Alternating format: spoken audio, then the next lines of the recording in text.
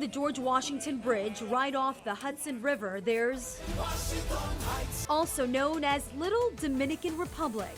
But before it came to be known as La Pequeña Quisqueya, Washington Heights was home to the Irish, the Germans, Cubans, and Puerto Ricans. The 60s definitely was the beginning of a larger immigration pattern. Many know that in 1965, the U.S. occupied Dominican Republic, and soon after that, many Dominicans started moving to the United States. There are close to 1 million Dominicans in New York City. The majority live in the Heights. Since the 80s, arguably, I think the majority of the people here identified as Dominican or Dominican American. Angie Cruz, author of the novel Dominicana, has lived here her whole life. You still find large networks of families and friends and neighbors that have known each other for 40 and 50 years. And I think that's unique in New York City. When you arrive in Washington Heights, you know you're in Washington Heights. Dominican culture is a mixture of cultures of Spaniard colonists, African slaves, and Taino natives. I am a light-skinned Latina, but I still identify in the Black diaspora because my family is from the Black diaspora. They are a humble, hardworking community. We are innovative. We believe in the American dream. A culture full of vibrant colors, delicious food, and who can forget their music, merengue and bachata. Their traditions are much alive in Washington Heights. How many salons can you put in one block? But it's our culture. I think it's the heart of always wanting of entrepreneurship that I think is part of our culture because, you have to sort of survive and you have to figure it out.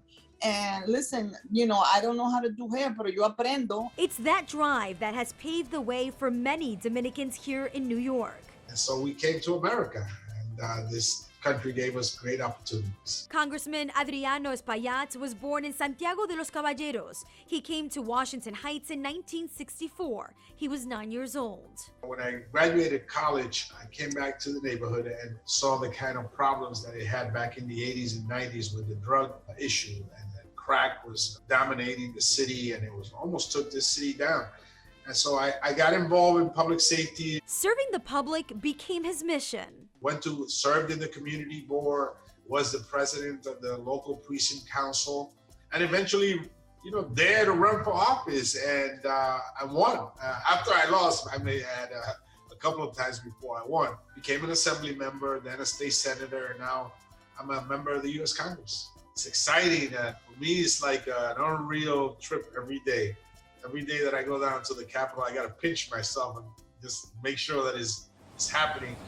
He hasn't forgotten his roots or people. He still lives in Washington Heights. I presented a resolution in Congress also stating that because of our contributions to the neighborhood and the cultural importance to the Dominican community, which is now almost 1 million strong in the city, that Washington Heights should be also called Quisqueya Heights, Little Dominican Republic.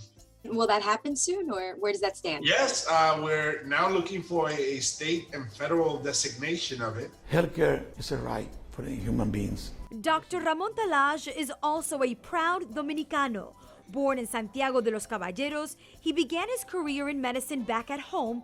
In 1991, he came to the U.S. Many other young Dominican doctors who graduate there, it's a lot of challenge to come here and to pass all the tests. Certainly, I passed the test in medicine. After graduating in internal medicine, he worked at St. Clair's Hospital during the AIDS epidemic.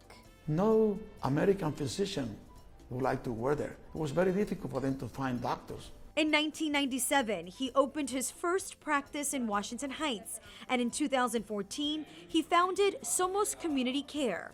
Somos has a network of more than 25 primary care doctors serving communities of color. During the pandemic, Somos was at the forefront. It opened a number of testing and vaccination sites across the city, all in low-income neighborhoods where the COVID rates were high. More than 1.5 million testing we did. Dr. Talage says he's always been a man of service, serving those in need. He says his mission here in the U.S. has been to help his people, something he did back at home. And I believe Dominicans has come to New York to show the goods of what they are. You can feel that sense of community in the neighborhood. Dominicans are known for their sancocho, mofongo, carne guisada, arroz y habichuelas. Malecón has been on the corner of 175th Street and Broadway for more than 34 years. Javier Gomez is the owner. Nosotros mismos dominicanos, como habemos tanto en Alto Manhattan, nos apoyamos uno al otro y los negocios pueden seguir creciendo. Claro, hay oportunidades. Malecón is known for their pollo a la brasa. Ese pollo lo marinamos de un día para otro por lo menos, o 2 días, en unos tanques grandes con un sazón exclusivo. And who can forget el bizcocho dominicano? Angela's Cake, in business for more than 20 years.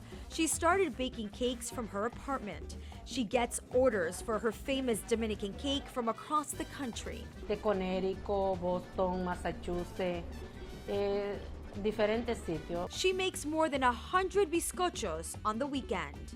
Gracias. So next time you are in the area, stop by Angela's Cake, a bodega, salon, or simply enjoy a morir soñando, a famous Dominican drink.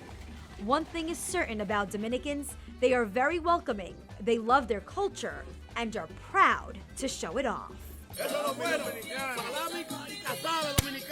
In Washington Heights, I'm Jessica Formoso, Fox 5 News.